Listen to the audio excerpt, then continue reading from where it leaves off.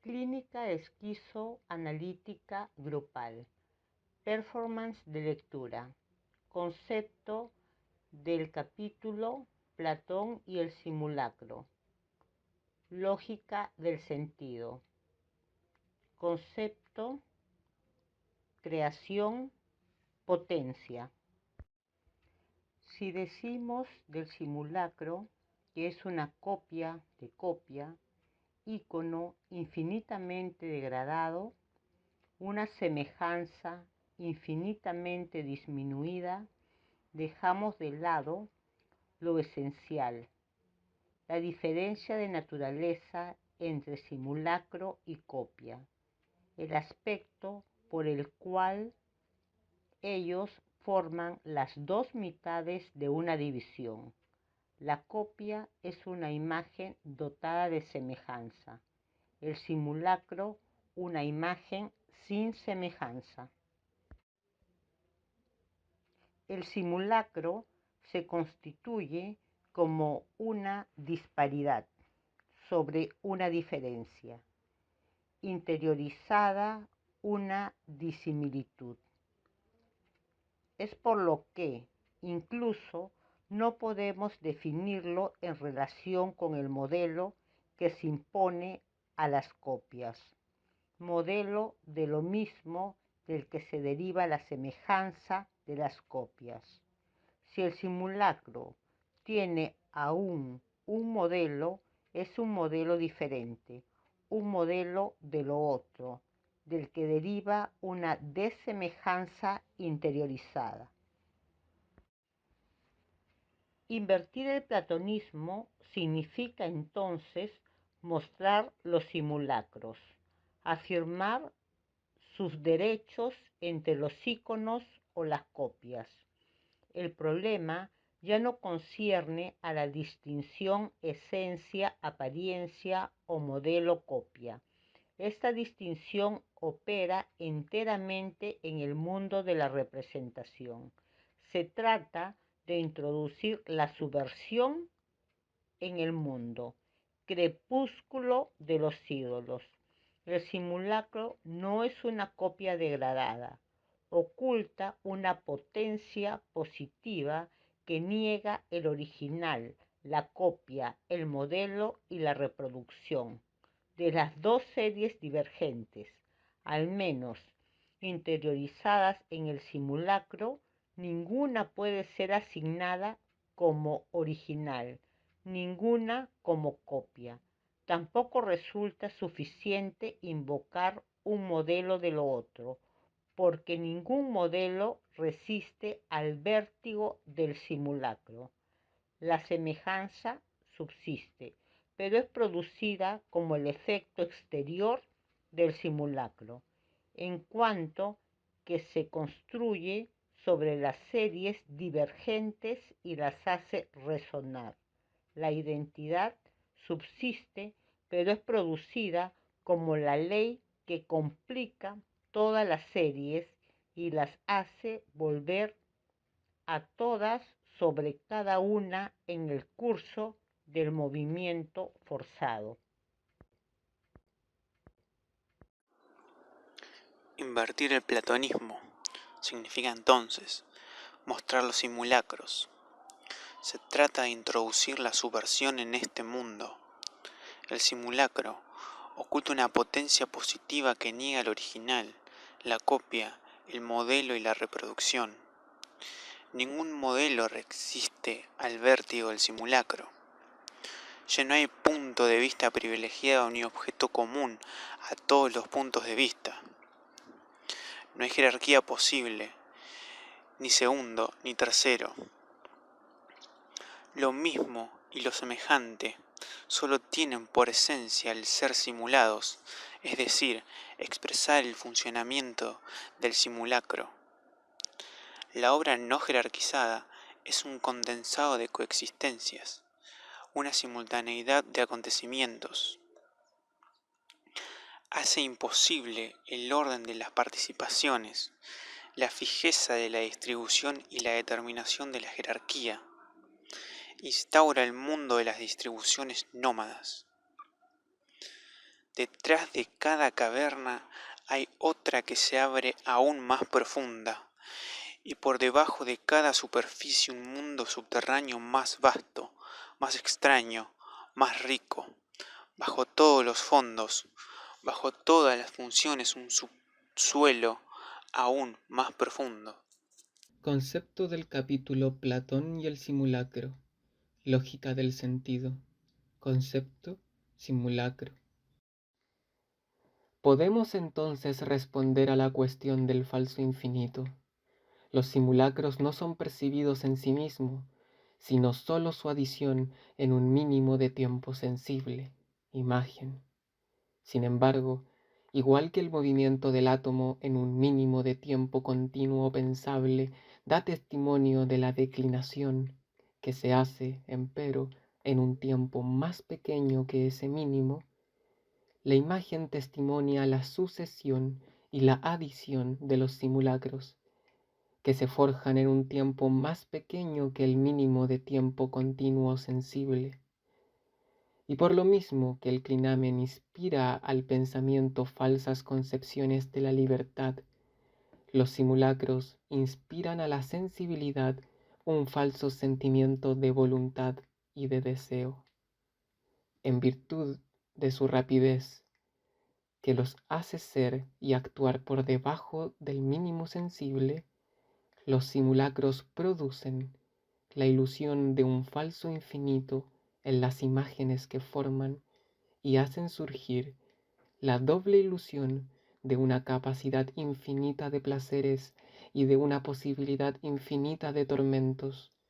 Esa mezcla de avidez y de angustia, de codicia y de culpabilidad, tan característica del hombre religioso, es particularmente en la tercera especie la más rápida, la de los fantasmas, donde se asiste al desarrollo de la ilusión y de los mitos que la acompañan.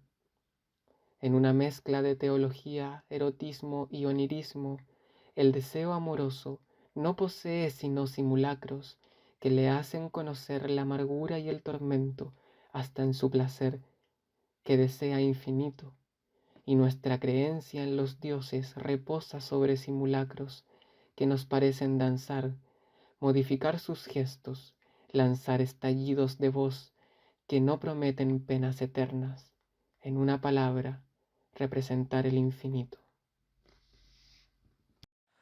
Concepto serie. Serie.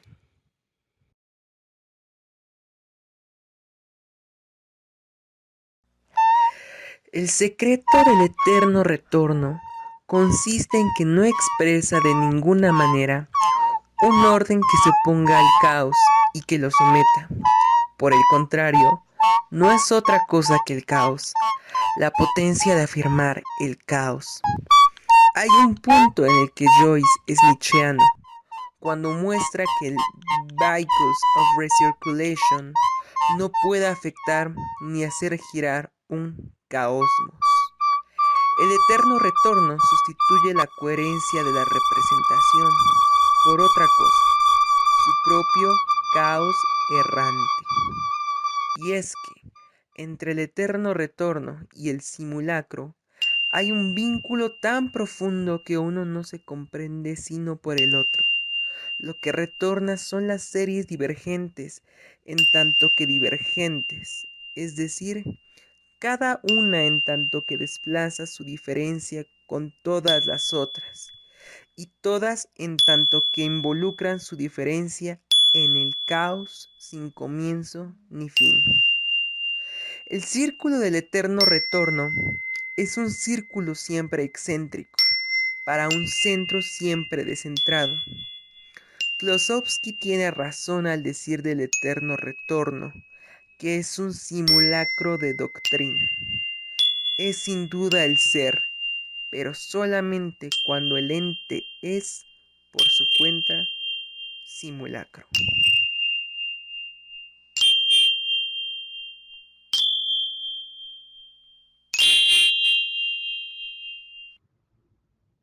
El concepto, el presente. Los estoicos a su vez, distinguen dos clases de cosas.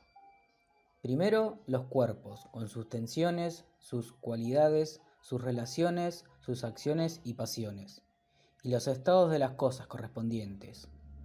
Estos estados de cosas, acciones, pasiones, están determinadas por la mezcla entre cuerpos. En el límite hay una unidad de todos los cuerpos en función de un fuego primordial en el que se reabsorben y a partir del cual se desarrollan según su tensión respectiva.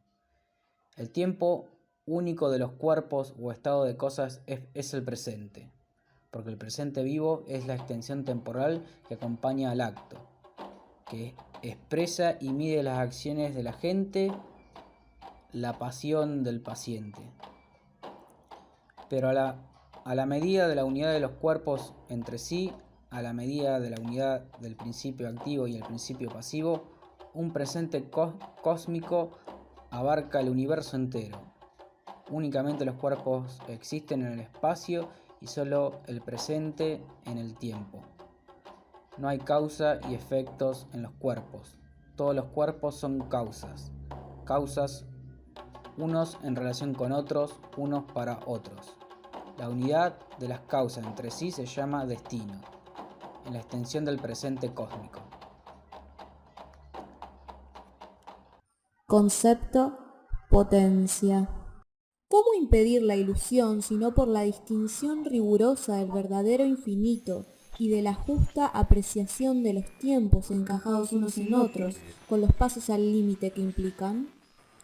Tal es el sentido del naturalismo. Entonces, los propios fantasmas se convierten en objetos de placer, incluido el efecto que producen, y que al final aparece tal cual es, un efecto de velocidad y de ligereza, que se liga a la interferencia exterior de objetos muy diversos, como un condensado de sucesiones y simultaneidades. Al que pregunta, ¿para qué sirve la filosofía? Es preciso responder, ¿qué otro interés tiene que no sea el de erigir la imagen de un hombre libre y denunciar todas las fuerzas que tienen necesidad del mito y de la inquietud del alma para asentar su potencia?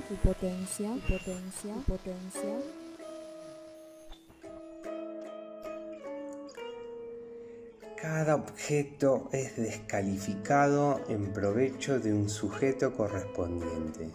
La luz se hace ojo y ya no existe como tal. Ya no es otra cosa que excitación en la retina. El olor se hace nariz y al mismo mundo resulta inodoro. La música del viento en los manglares es negada. No es otra cosa que un trastorno del tímpano. El sujeto es un objeto descalificado. Mi ojo es el cadáver de la luz del color. Mi nariz es todo cuanto queda de los olores una vez demostrada su irrealidad. Mi mano niega la cosa sostenida. A partir de aquí, el problema del conocimiento nace de un anacronismo. Implica la simultaneidad del sujeto y del objeto cuyas misteriosas relaciones quisiera esclarecer. Así, el sujeto y el objeto no pueden coexistir, puesto que son la misma cosa en principio, integrada al mundo real, luego arrojada al desperdicio. El otro asegura, pues, la distinción de la conciencia y de su objeto como distinción temporal. El primer efecto de su presencia concernía al espacio y a la distribución de las categorías de la percepción. Pero el segundo efecto, quizás más profundo, concierne al tiempo y a la distribución de sus dimensiones de lo precedente y de lo siguiente en el tiempo. ¿Cómo podría haber allí todavía un pasado cuando el otro no funciona ya? En la ausencia del otro, la conciencia y su objeto no son más que uno. Ya no hay posibilidad de error. No son simplemente porque el otro ya no esté ahí, constituyendo el tribunal de toda realidad, para discutir, invalidar o verificar lo que yo creo ver, sino porque faltando en su estructura, deja a la conciencia adherirse o coincidir con el objeto en un eterno presente.